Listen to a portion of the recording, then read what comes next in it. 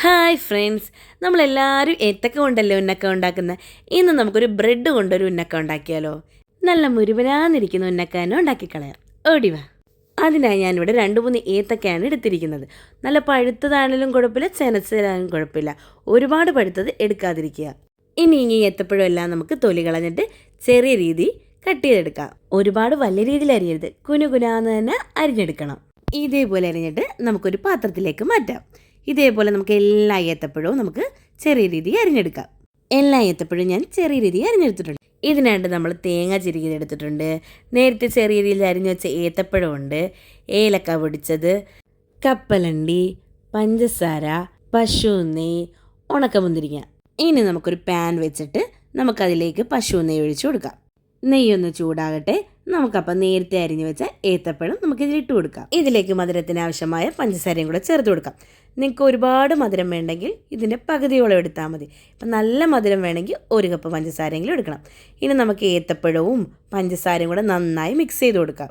ഏത്തപ്പഴവും പഞ്ചസാരയൊക്കെ ഒന്ന് നന്നായി മിക്സ് ചെയ്തതിന് ശേഷം ഒന്ന് നമ്മുടെ ആ പാത്രത്തിൽ നിന്നൊരു വിട്ട് വരുന്ന സമയത്ത് നമുക്കിത് മറ്റൊരു പാത്രത്തിലേക്ക് മാറ്റിയെടുക്കാം. ആ പാനിൽ തന്നെ നമുക്ക് കുറച്ച് എണ്ണ കൂടെ ഒഴിച്ചിട്ട് നേരത്തെ എടുത്ത് വെച്ചിരിക്കുന്ന ഉണക്കമുന്തിരിങ്ങയും കപ്പലണ്ടിയും കൂടി ഇട്ട് ജസ്റ്റ് ഒന്ന് മുപ്പിച്ചെടുക്കാം. ഇപ്പോൾ കപ്പലണ്ടിയും ഉണക്കമുന്തിരിങ്ങയൊക്കെ നന്നായിട്ടൊന്ന് മൂത്ത് വന്നിട്ടുണ്ട്. ഇതിലേക്ക് നമുക്ക് നേരത്തെ ചിരകി വെച്ച തേങ്ങയും കൂടെ ചേർത്തിട്ട് എല്ലാം കൂടെ ഒന്ന് മിക്സ് ചെയ്ത് കൊടുക്കാം. തേങ്ങ ഒന്ന് നല്ല രീതിയിൽ ഇളക്കി കൊടുക്കാം. അടിക്ക് പിടിക്കാതെ നമ്മൾ ശ്രദ്ധിച്ചോണം. സിമ്മിലിട്ട് വേണം നമ്മൾ ഇളക്കി കൊടുത്തുകൊണ്ടിരിക്കുക.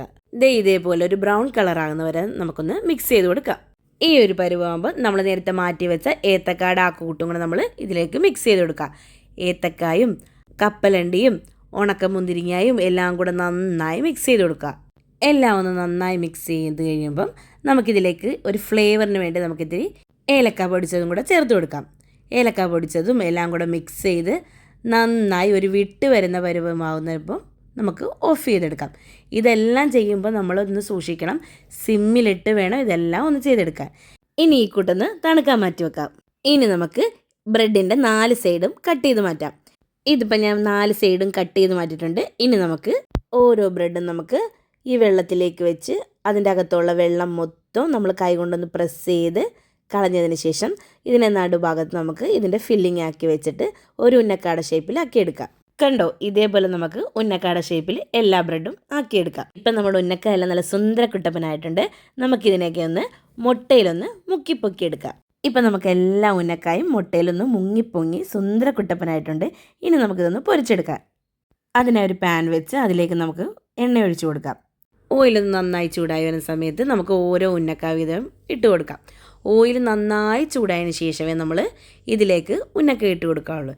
ചൂടാത്ത പക്ഷം ഇട്ട് കൊടുത്താൽ ഇത് പൊടിഞ്ഞു പോകും. നന്നായി ചൂടായതിന് ശേഷം നമ്മൾ ഓരോ ഉന്നക്കായിട്ട് തിരിച്ചും മറിച്ചും ഇട്ട് 2 സൈഡ് നമുക്കൊരു ബ്രൗൺ കളറാകുന്ന വരെ നമുക്ക് വേവിച്ചെടുക്കാം. ഇപ്പോൾ അതിന് 2 സൈഡും ഒക്കെ നന്നായിട്ട് വെന്തിട്ടുണ്ട്.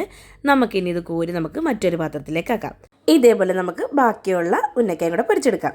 റംലാനൊക്കെ വരുമല്ലേ, റംലാനൊക്കെ ഉണ്ടാക്കാൻ പറ്റിയൊരു വിഭവമാണ്. അതുകൂടാതെ നമുക്ക് കുട്ടികൾക്ക് സ്നാക്സ് ആയിട്ട് കൊടുത്തുവിടാൻ പറ്റിയൊരു ഐറ്റമാണ് നമ്മുടെ ഉന്നക്ക. എല്ലാ മക്കൾക്കും ഇഷ്ടപ്പെടും. എല്ലാവരും ഉണ്ടാക്കി നോക്കുക. നമ്മുടെ ഉന്നക്ക എല്ലാം റെഡി ആയിട്ടുണ്ട്. നമുക്കിന്ന് നൗസിക്ക് തന്നെ കൊടുക്കാം. അവൾ പറയട്ടെ എങ്ങനെയുണ്ടത് ഉന്നക്ക. എന്തായാലും അവൾക്ക് ഒരുപാട് ഇഷ്ടപ്പെട്ട്, നിങ്ങൾക്കും ഇഷ്ടപ്പെടുമെന്ന് വിചാരിക്കുന്നു. പുതിയൊരു വീഡിയോ ആയിട്ട് വരുന്നവരെ ബൈ.